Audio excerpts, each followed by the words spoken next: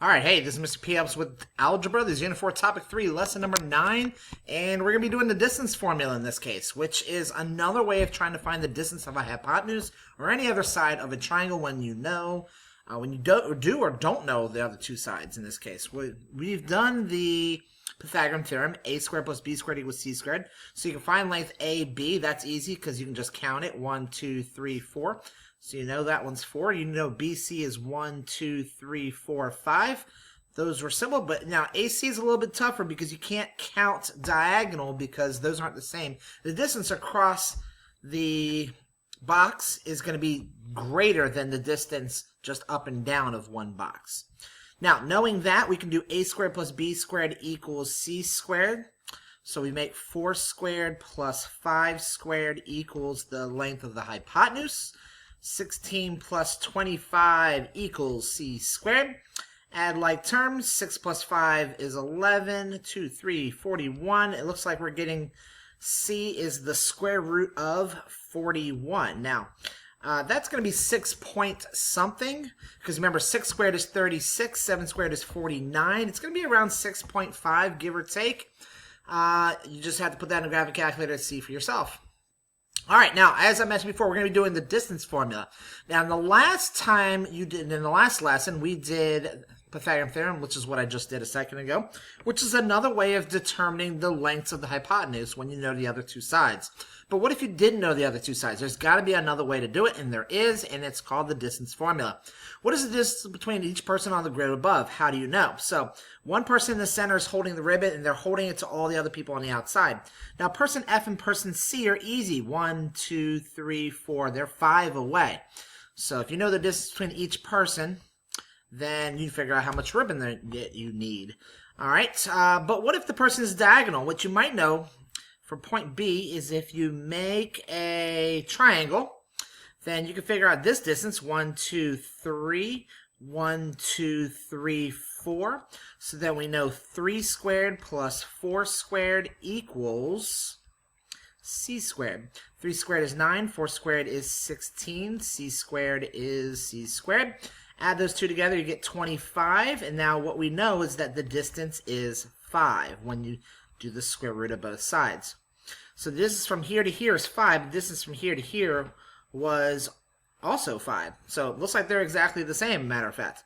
So 5 here, and I'll assume since it's the same height, that's got to be 5 there as well. This is 1, 2, 3, 4 as well.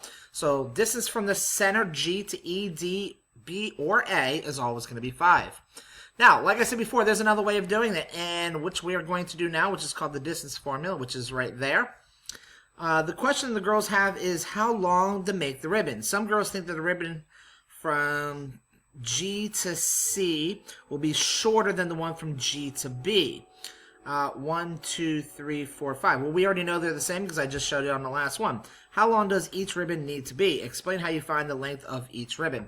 I believe we already just answered that. So what was this question? What is the distance between each person of the grid below? Oh, this grid above here. Okay. So that's the same kind of thing with a different question. That's fine, but we already solved it. We already know that this is 5 and this is also 5, so those are going to be exactly the same. Now, what about the distance from B to C? Will the ribbons they use from the previous pattern be enough to go? Okay, so we're going to use the distance formula for this one. So this is 1, 2, 3, 1, 2, 3, 4. So this is 0.34. And this is 0.1, 2, 3, 4, 5, 5, 0. Now, it doesn't matter which point you're going to make 0.1 and 0.2. I'm going to call this 0.2 and call this 0.1. Really doesn't make a difference either way. This is the second x. This is the second y. First x, first y. So second x was 3. 3 minus first x, which is 5. That's going to be squared. Plus second y, which is 4, minus first y, which was 0, squared. Now it's just a matter of simplifying. 3 minus 5 is negative 2. Negative 2 squared is 4. 4 minus 0 is 4. Squared makes 16. So it looks like we get the square root of 20. Now, square root of 20, 4 times 4 is 16. 5 times 5 would be 25. So it's in between. This is going to be about 4.5. So the distance from here to here is actually shorter than these two distances. Use the distance formula to find the lengths of the line segments. So we have this point, we have this point. We don't know what this point is. If we know what this point is, then we could use Pythagorean theorem. Use the distance formula to find the lengths of the line segments. So we have, let's call this point 1 and let's call this point 2. So that's going to be y sub 2 minus y sub 1. That's this minus this squared plus y sub 2 minus y sub 1, 4 minus 2 squared.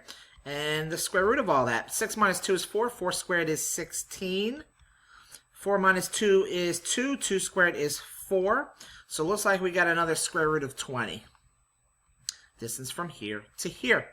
All right, so the other question. So we'll make this point 1 and this point 2.